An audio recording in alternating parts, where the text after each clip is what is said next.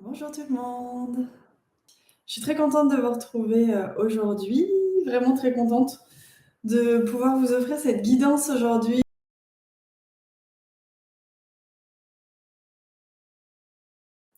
Donc moi, ce qu'ils m'ont expliqué, c'est que ce mois de juin, il prend vraiment la forme d'une ascension. Alors je sais pas si ça va faire comme ça tout le mois de juin, mais ce qu'ils m'ont expliqué, c'est que là, ce qu'on a vécu ces derniers jours, en tout cas pour ceux qui l'ont senti, hein, c'est vraiment cette notion de: «OK, on est tombé au fond du puits et puis on a éteint la lumière.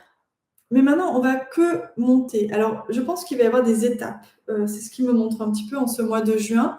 On va peut-être, je sais pas, louper des marches à des moments, c'est-à-dire avoir la sensation de retomber un petit peu au fond du puits de temps en temps. J'ai l'impression que c'est ce qui va se passer au mois de juin, qu'on va vraiment être confronté à ce qui nous tire un petit peu vers le bas, qu'on va être confronté un petit peu à des, entre guillemets, des sensations de régression, des chutes comme ça un petit peu, et ce qui n'est que les parts négatives qui remontent, nos résistances qui se montrent pour pouvoir les dépasser et les transmuter. Donc c'est comme si ce mois de juin, c'était un escalier et que on monte un escalier, on monte une ou deux, trois marches et pouf, on a l'impression de descendre de la troisième marche. Puis on remonte.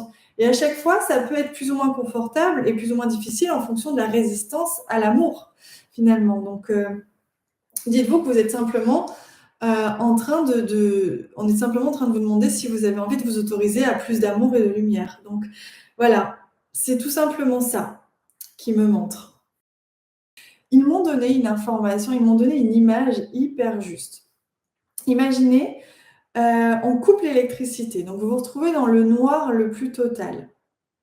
Eh bien, au fur et à mesure, votre regard va s'habituer à ce noir. Eh bien, c'est la même chose pour ce que l'on vit en ce moment. C'est-à-dire que on est surpris, donc au début, on n'y voit plus rien, on perd tous nos repères et au fur et à mesure, nos yeux commencent à s'habituer au noir et on commence à voir petit à petit, à discerner des formes, à voir que finalement, à travers la fenêtre, dans la rainure de la fenêtre, beh, finalement, il y a une lueur qui passe et on commence petit à petit à remettre de la lumière et donc à y voir plus clair et ça, c'est une notion très importante pour, ce mois de juin. La clarté. Ils m'ont donné cette métaphore parce qu'ils ont voulu vous expliquer une chose, c'est qu'on peut paniquer, lorsqu'on perd nos repères, on peut être un petit peu surpris, déstabilisé, inquiet. Quand on tombe dans le noir comme ça, imaginez, il n'y a plus d'électricité, tout est noir d'un coup, vous allez très rarement rester stupéfait longtemps. Voilà, vous allez chercher des solutions pour ne pas rester dans cette, pénombre.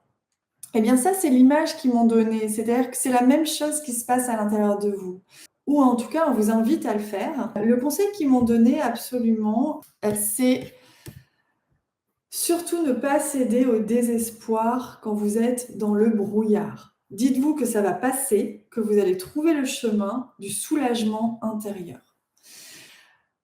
Il y a toujours, toujours, toujours un filet de lumière quelque part. La lumière est toujours beaucoup, beaucoup, beaucoup plus puissante que l'ombre. Ça demande énormément d'efforts que de créer un espace qui soit totalement noir. À l'intérieur de nous, c'est la même chose. On déploie une énergie folle pour pouvoir éteindre la lumière ou se détourner de notre lumière. Quand on a des résistances, quand on a des peurs, quand on a des croyances, quand on a des schémas répétitifs, ce ne sont que des barrières à notre propre lumière, à notre propre amour de soi. Et là, ce qui est en train de se passer au mois de juin, c'est qu'on est simplement en train de faire remonter en nous, à notre vision, à notre ressenti, à nous, les barrières que l'on a construites à notre propre bonheur. Parce qu'une fois que vous avez dépassé ce schéma, une fois que vous avez vu vos résistances à l'amour, ben, finalement, c'est quoi qui vous attend? C'est la paix royale. Alors, je dis pas que c'est la paix jusqu'à la fin de votre vie. Je dis juste que c'est un niveau supérieur de paix. Et ce qui est dingue, c'est qu'on est quand même dans un monde qui marche à l'envers et qui nourrit la dualité, qui nourrit la guerre, qui nourrit tout ça. Finalement, c'est tellement, tellement fatigant. Alors que si on nourrissait tout l'inverse, d'abord en soi, si on nourrit d'abord en soi, non pas le duel, non pas la résistance, la peur, mais plutôt l'amour de soi, s'autoriser, se permettre, avoir le courage de s'autoriser que cet amour pénètre en soi. Mais après, c'est que du bonheur, c'est que du bonus, et c'est tellement plus apaisant.